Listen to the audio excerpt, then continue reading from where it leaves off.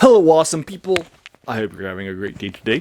Today we're taking a look at the final book in the Corum second trilogy, which also has a first trilogy with 3 books, so it's the 6-book cycle of Corum. He's one of the members of the Eternal Champion.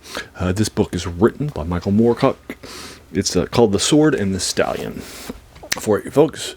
So we're going to do my spoiler-free review of this pretty quickly. And so forth. The Eternal Champion is a series of stories that are set on different planes in the multiverse. And Michael Moorcock created the multiverse concept in the name. And then they are fighting on behalf in this big giant wars on various planes of existence between law on one side and chaos on the other. And so that's sort of the default sort of war between these two, and he is the primary champion of law, and so he's going to be following that out for you folks. And then he has a companion called the Companion of Champions, called Jerry O'Connell, who will adventure with him for most of these books too. So there you are. Those are the 2 key characters for you folks. So what winds up happening in the first half of the first book, which we've already covered a couple of times. Most of this happens in the first couple of chapters, but the last thing happens about halfway through the first book, which is and it's all commonly known about the character.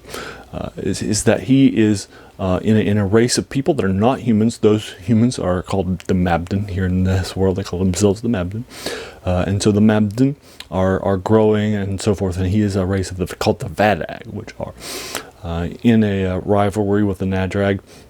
For you folks, and he is the prince of one of them, and then he ends up getting sent by his father to go say hi and to connect with his other nearby relatives and in their castles and so forth of the Vadag race. On his way, comes across an army of the Mabden humans. He arrives to find them having just destroyed one of his nearby and relatives' castles and so forth. So he leaves. He finds that another has been captured too. He finds out that he's the last of the Vadag after coming back and seeing that they killed his family too. Then he's captured by the Vadag, and he is tortured. I'm sorry, by the Mabden rather, and he's tortured, and he loses his left hand and his right eye before he escapes. And then he flees to a Mabden stronghold of people that fight on the side of law. They're not chaos people like the ones that have taken over the Vadag land.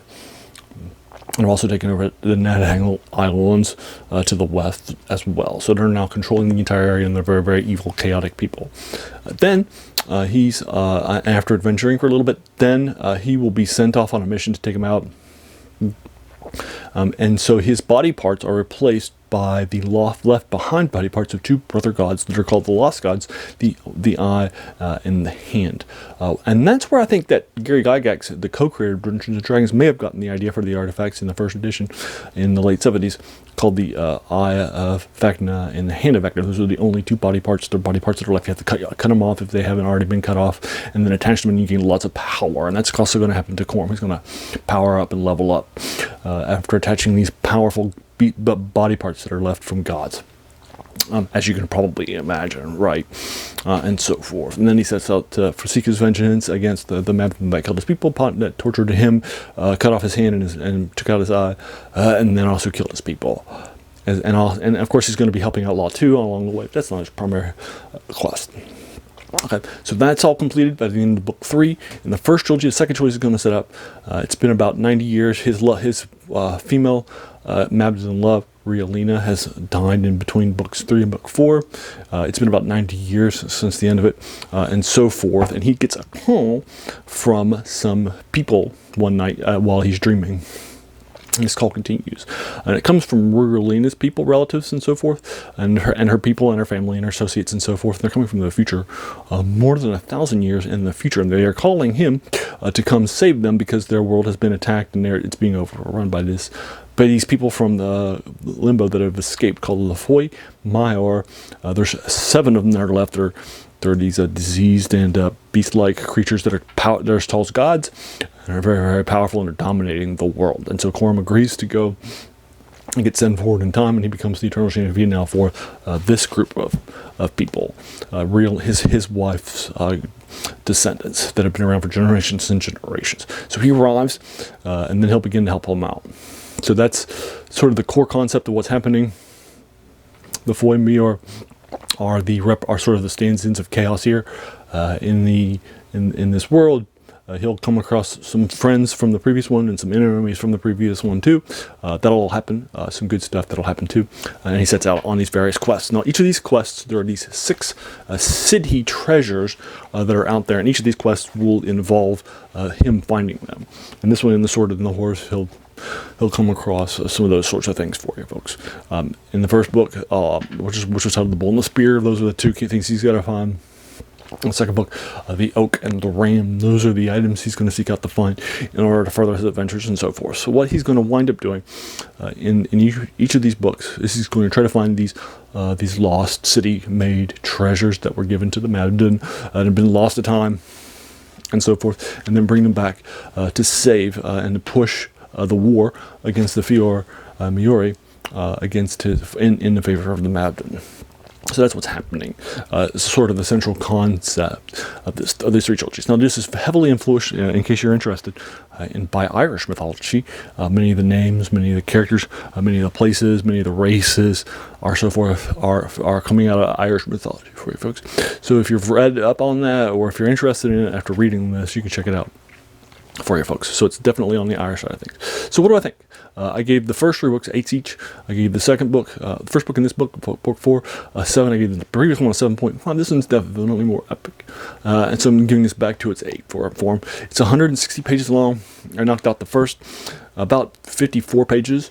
And in the first day, I knocked out 57 pages and finished at 120 on day 2. And then on day 3 last night, I knocked out the final 40 pages. It was about an hour and a half for the first 2 and about 40 for the last one. So it was about 3 days for you folks. And it took about about 4 hours total for you to read this. You could easily knock it out in 2 days with 2 hours a day, or in just 1 day with 4 hours. Or if you just did 1 hour a day instead of my 50 pages a day, you can knock it out in just 4 days. It's pretty fast. All Michael Moorcock's stuff are pretty fast like this, pretty quick to read. They're not these big, dense, hundreds of pages like a modern novel are. I definitely enjoy it. So you can definitely go back out there and read this stuff for you folks. So I'm giving this an 8 out of 10. So there you are. Have you read this? If so, what did you think about it? Would you talk about spoilers or the endings or my review? Did you agree or disagree with my 8 out of 10? Let's talk about in the comments below. As a reminder, this channel is named The Worst Thing About New Books. It's a quote by a French philosopher, Jacques Joubert, who said that the worst thing about new books was that they kept us from reading the old ones. And so this book that was published decades ago, as well as this trilogy, it's definitely a fun thing. Michael Moorcock used to be one of my favorite authors. He was my favorite author after I discovered his Elric and Anonymity stuff when I was in high school after reading a lot of stuff from R.A. Salvatore. He was my second favorite author after J.R. Tolkien. And then, so I moved to Michael Moorcock, and then I started to buy a lot of his things in this thing. I bought the first trilogy when I was in high school, the Corum trilogy, and I read it and enjoyed it. Then I picked up the second trilogy when I was in college. I read it, and I'm going back and rereading it for books, and definitely enjoy it. It's good stuff. He's definitely somebody who's gotten a lot of accolades and so forth over his era of writing, especially with this series, and the Eternal Champion series, particularly. Elric and Anonymity is a big hit in the 60s and 70s. He's also very influential in modern fantasy, too, like the Law versus Chaos central conflict is definitely something that has influenced later things like Roger Zelazny's The Chronicles of Amber, which is also hugely influential in modern fantasy, as well as Dungeons and Dragons, before the advanced version added good and evil over top of Law versus Chaos. The original game was just Law versus Chaos as its core concept. You Law for Chaos or neutral. And then you also had the Eternal Champion stuff, the multiverse stuff that also sort of, he's the one who all created all that stuff for you folks. And this big giant conflict that takes place across the plains. So there you are. That's Michael Moorcock for you. He's hugely influential. So we're knocking out the 6th book for this in this series that I've gone back and reread and enjoyed for you folks. So there you are. If you enjoyed this, why not hit that subscribe button? There's going to be a lot more of these to follow. And then finally, I want to thank you so much for taking some time out of your day and investing it and watching my video. We all have so many things that are happening in our lives, and we're pulled in so many different directions. So the fact that you spent this time with me is incredibly humbling, and I appreciate it. So thanks again, and have an amazing day.